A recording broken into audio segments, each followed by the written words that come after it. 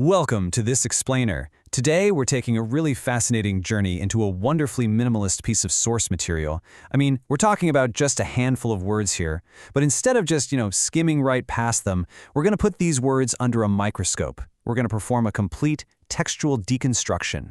Let's explore the deep architecture of these ideas, shall we? Okay, let's dive into this exact literal query from our source, How India Got Independence Day.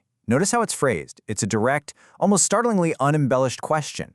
There's no flowery language here, absolutely no academic jargon. It just strips away all the complex geopolitical nuances right out of the gate and asks directly for the raw mechanics of a massive historical milestone. And, when we see a question phrased this directly in a source text, it's actually an invitation. It invites us to pause, take a step back, and really consider the sheer magnitude of the request being made of the reader. It literally demands an explanation of one of the most significant shifts in modern history using just 6 words. Section 1. The core question. Deconstructing the inquiry. Now, what's really interesting about this is how our source text actually splits its focus into 2 distinct halves. On one side, we have the historical action, the inquiry into the past, right? How India got Independence Day. And then, on the other side, we have the abstract impact, the reverberation of that event, significance of it. So the text basically forces our brains to categorize our understanding. It makes us separate the physical event from the philosophical echo of that event. It's honestly a brilliant duality, and by framing it this way, we can see the exact roadmap the original author laid out for us. Let's zoom in closely on the first 3 words of this prompt for a second. How India got. I want you to think deeply about that specific word, got. It's such an active verb. It implies a definitive acquisition.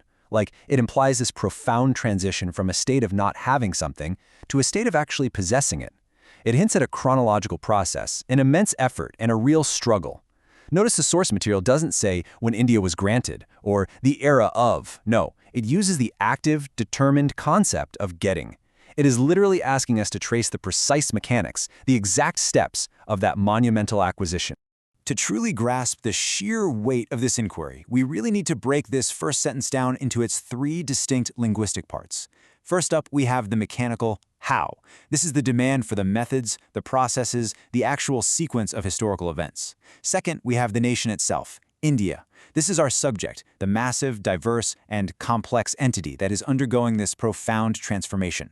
And third, the event, Independence Day. This represents the specific, calendar-marking culmination of that entire process. By isolating these elements, we realize we aren't just being asked for a simple story here. No, we are being asked for a comprehensive, architectural blueprint of national sovereignty. Section 2. Analyzing the significance. Beyond the event. I want you to just linger on this exact stark phrase from the text for a moment. Significance of it. It's not even a grammatically complete sentence in the traditional sense, yet it carries this immense, undeniable gravity. Actually, scratch that. It acts less like a question and more like a command. Having just asked the reader for the mechanical history, the source now abruptly pivots, and it demands that we look far beyond the mere establishment of a date on a calendar. It forces us to ask the ultimate question: why does the how even matter? What is the actual legacy of the action? And this brilliantly illustrates what we absolutely must confront next, defining the very concept of significance itself. So, significance is the quality of being worthy of attention. It is importance or meaning. The text isn't just asking for trivia here. By invoking significance, the source material is challenging us to evaluate the emotional, cultural, and even global reverberations of that Independence Day. It's asking us to measure the full weight of the event, not just its mechanical nuts and bolts.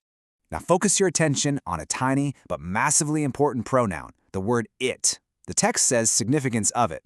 That it directly tethers the second, entirely abstract sentence back to the tangible, concrete achievement of the day itself that was mentioned in the first sentence. It inextricably links the physical action to the philosophical meaning. You simply cannot discuss the significance without thoroughly understanding the historical event, right? And conversely, the historical event is entirely incomplete without understanding its ongoing significance. The source text uses this simple, everyday pronoun to bind history and meaning together permanently. Section 3. The final reflection.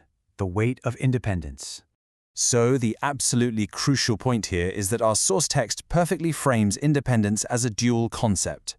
It is both a realized historical event, an action that was successfully got in the past, and it is an ongoing conceptual significance. It's a perpetual living state that carries forward into the present day. By simply asking how India got Independence Day and then immediately commanding us to provide the significance of it, this brief text captures the absolute complete life cycle of a nation's defining moment. It elegantly binds the past action straight to its future impact. Well, we've successfully deconstructed the source, we've pulled apart the how, and we've weighed the significance. Now, I want to leave you with this final provocative thought. If we understand how the day was achieved, do we fully grasp its ongoing significance? This is the ultimate challenge the text presents to us. It suggests that knowing the history is really only step one. We have to continually wrestle with its meaning today. I really hope this breakdown has empowered you to look at simple text in a completely new way. Thanks so much for joining me for this explainer. Keep analyzing, keep questioning, and for sure, keep seeking the significance.